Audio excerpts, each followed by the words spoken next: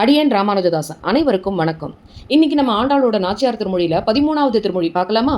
போன பதிகத்தை போலவே இந்த பதிகத்திலையும் நம் கோதை எம்பெருமானோட பிரிவை தாங்க முடியாம எம்பெருமான் அணிந்து கொண்ட ஏதேனும் ஒரு பொருளையாவது, அதாவது அவனோட ஆடை, துளசி மாலை, வனமாலை, அவனோட வாய் உமிழ்நீர், இப்படி ஏதேனும் ஒன்றை என்னிடம் கொடுங்கள் அப்படின்னு கேட்கிறா. கண்ணன் என்னும் கருந்தைவும் காட்சி பழகி கிடப்பேனே, புன்னிற் புலி பெய்தார் போல புறம் நின்று அழகு பேசாதே, பெண்ணின் வருத்தம் அறியாத பெருமான் அறையிற் பீதகா வண்ண ஆடை கொண்டு என்னை வாட்டம் தனிய வீசீரே. தாய்மார்களே, கண்ணன் என்கின்ற கருத்த மற்றும் உயர்ந்த தெய்வத்தின் காட்சியிலேயே பழகி கிடக்கின்ற என்னை விலகி நின்று கொண்டு புண்ணில் புலியின் ரசத்தை சொறிவது போல எரிச்சல் ஊட்டக்கூடிய நன்மை சொல்வதை தவிர்த்துவிட்டு பெண்களின் வருத்தத்தை அறியாதவனான கண்ணபிரானுடைய இடையிலே சாற்றிய பீதாம்பரத்தை கொண்டு வந்து என்னுடைய விரக தாபத்தை தீரும்படி என் மேல் வீசுங்கள். ஆலையில் துயில் கொண்ட பரமன் வலைப்பட்டு இருந்தேனே, வேளால் துன்னம் பெய்தார் போல வேண்டிற்றெல்லாம் பேசாதே, கோளால் நிறை மேய்த்து ஆயனாய் குடந்தை கிடந்த குடமாடி நீளார் தன்னந்தொழாய் கொண்டு நெறிமென் குடல் மேல் சூட்டீரே. பால் குடிக்கும் பருவத்தை உடைய ஆழம் தளிரிலே சயனத்திருக்கின்ற பரதெய்வத்தின் வலையிலே அகப்பட்டிருக்கின்ற என்னை குறித்து வேளால் துளையிடுவது போல் உங்களுக்கு வேண்டியதெல்லாம் சொல்வதை தவிர்த்து இடையனாய் மாடு மேய்ப்பதற்கு உதவும் கோலை கையிலே கொண்டு பசு கூட்டங்களை மேய்த்தவனாய் திருக்குடந்தையில் படுத்திருப்பவனான குடக்கூத்து ஆடினவனுமான கண்ணபிரானின் பசுமை பொருந்தி குளிர்ந்து அழகிய திருத்துழாயை துளசி மாலையை கொண்டு வந்து என்னுடைய அடர்ந்த மிருதுவான கூந்தலிலே சூட்டிடுங்கள். கஞ்சை காய்ந்த கருவில்லி கடைக்கண் என்னும் சிறைக்கோளால் நெஞ்சு ஊடுருவவே உண்டு நிலையும் தளர்ந்து நைவேனை அஞ்சேல் என்னான் அவன் ஒருவன், அவன் மார்பு அணிந்த வனமாலை வஞ்சியாதே தருமாகில் மார்பிற் கொணர்ந்து புரட்டீரே.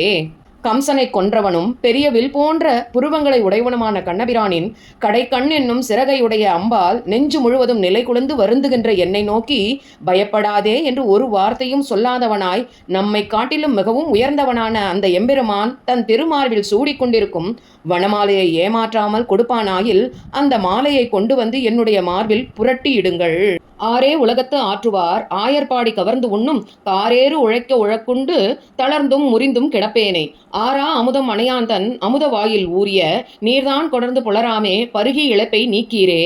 திருவாய்ப்பாடி முழுவதையும் கொள்ளை கொண்டு அனுபவிக்கிற ஒரு கருத்த காளை போன்ற கண்ணன் துன்புறுத்த அதனால் துன்பப்பட்டு மிகவும் தளர்ந்து நொந்து கிடக்கின்ற என்னை இவ்வுலகத்திலே ஆறுதல் சொல்லி தேற்றுபவர் யார் இருக்கிறார்கள் என்று கேட்க, தாய்மார்கள் நாங்கள் உள்ளோமே, உனக்கு என்ன வேண்டும் அப்படின்னு கேட்கிறா. அதுக்கு திரும்பவும் இவ சொல்றா, எவ்வளவு அனுபவித்தாலும் திருப்தி பெறவாத அமிர்தம் போலிருக்கும் அவனுடைய திருவாயில் ஊறி இருக்கும் ரசத்தையாவது உமிழ்நீரையாவது கொண்டு வந்து எனது உடல் உலர்ந்து போகாதபடி அதை நான் பருகும்படி செய்து எனது இழைப்பை நீக்கப் பாருங்கள். அழிலும் தொழிலும் உரு காட்டான் அஞ்சேல் என்னான் அவன் ஒருவன், தழுவி முழிச்சு புகுந்து என்னை சுற்றி சுழன்று போகானால் தழையின் பொழில்வாய் நிறைப்பின்னே நெடுமால் ஊதி வருகின்ற குழலின் தொலைவாய் நீர் கொண்டு குளிர முகத்து தடவீரே. அழுதாலும் தொழுதாலும் தன் திருமேனிய காட்டாதவனா, பயப்படாதே அப்படின்னு சொல்லாதவனா உள்ள பெரியவனான கண்ணன் இங்கே வந்து என்னை நெருங்கி அணைத்து முன்னும் பின்னும் சூழ்ந்து கொண்டிருந்து போகாமல் இருக்கிறான்.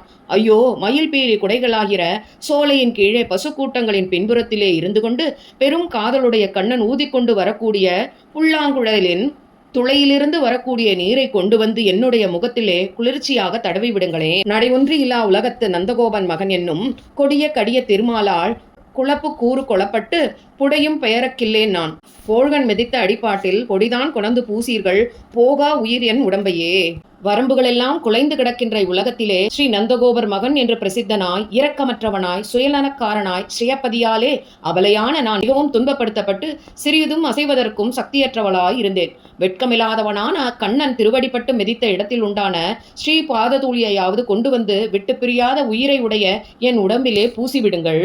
வெற்றி கருள கொடியாந்தன் மிமீத ஆட உலகத்து வெற்ற வெறியாதே பெற்ற தாய் வேம்பே ஆக வளர்த்தாளே. குற்றமற்ற முளை தன்னை குமரன் கோல பனைத்தோளோடு அற்ற குற்றம் அவை தீர அணைய அமுக்கிப் கட்டீரே. கருடாழ்வாரை வெற்றி கொடையாக உடைய எம்பெருமானுடைய ஆணையை மீற முடியாத இவ்வுலகத்தில் அவனை பெற்ற தாயாகிய யசோதையானவள் தன் பிள்ளையை ஒருவருக்கும் பயனின்றியே வேப்பங்காயைப் போல் கசக்கும்படியாகவே வளர்த்துள்ளாள். அவனை தவிர வேறொருவனை விரும்புகை என்கிற குற்றமில்லாத என்னுடைய ஸ்தனங்களை இளைஞனான எம்பெருமானுடைய அழகிய கற்பக கிளை போன்ற திருத்தோள்களோடு என்னை கைவிட்டு அந்த எம்பெருமானின் தோள்களுக்காகவே இருக்கும் குற்றம் தீரும்படி அமுக்கி அணைத்து கட்டிவிடுங்கள். உள்ளே உருகி நைவேனை உளலோ இளலோ எண்ணாத கொள்ளை கொள்ளி குறும்பனை கோவர்தனனை கண்டகால் கொள்ளும் பயனொன்று இல்லாத கொங்கை தன்னை கிழங்கோடும் அள்ளி பறித்திட்டு அவன் மார்பில் எரிந்து என் அழலை தீர்வேனே.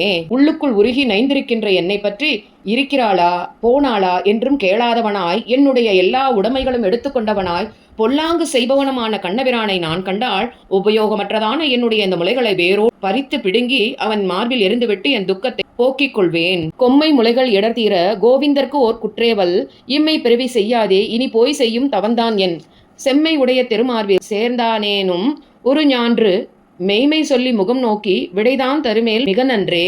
என்னுடைய துன்பம் தீரும்படி கண்ணனுக்கு ஒரு அந்தரங்க கைங்கரியத்தை இந்த பிறவியிலேயே செய்ய பெறாமல் வேறொரு இடத்தில் போய் செய்யக்கூடியதான தவம் எதற்கு? அன்பர்களை அணைப்பதற்கே இருக்கும் அன்பை உடைய திருமார்பிலே அவன் என்னை சேர்த்து கொண்டானே ஆகில் நல்லது. ஒரு நாள் என் முகத்தை பார்த்து உண்மையையே சொல்லி நீ எனக்கு வேண்டாம் என்று விலகும் வகையில் விடை தந்தானாகில் அது மிகவும் நல்லது. அல்லல் விளைத்த பெருமானை ஆயர்பாடிக்கு அணிவிளக்கை வில்லி புதுவை நகர் நம்பி விட்டுச் சித்தன் வியன்கோதை வில்லை தொலைத்த புருவத்தால் வேட்கை உற்று மிக விரும்பும் சொல்லை துதிக்க வல்லார்கள் துன்பக்கடலுள் துவளாரே. வில்லை தோற்கடிக்க கூடிய புருவங்களை உடையவளாய் ஸ்ரீவில்லிபுத்தூருக்கு தலைவரான பெரியாழ்வாருடைய திருமகளாய் ஆச்சரியமான குணங்களை உடைய ஆண்டாள் திருவாய்ப்பாடி முழுவதும் தீம்பு செய்து அதனால் பெருமை பெற்றவனும் அந்த திருவாய்ப்பாடிக்கு மங்கள தீபம் போன்றவனுமான கண்ணனை ஆசைப்பட்டு ஆறாத காதலுடன் அருளி செய்த இந்த பாசுரங்களை புகழ்ந்து பாட வல்லவர்கள் சம்சாரக் கடலில் துவண்டு துன்பப்பட மாட்டார்கள்.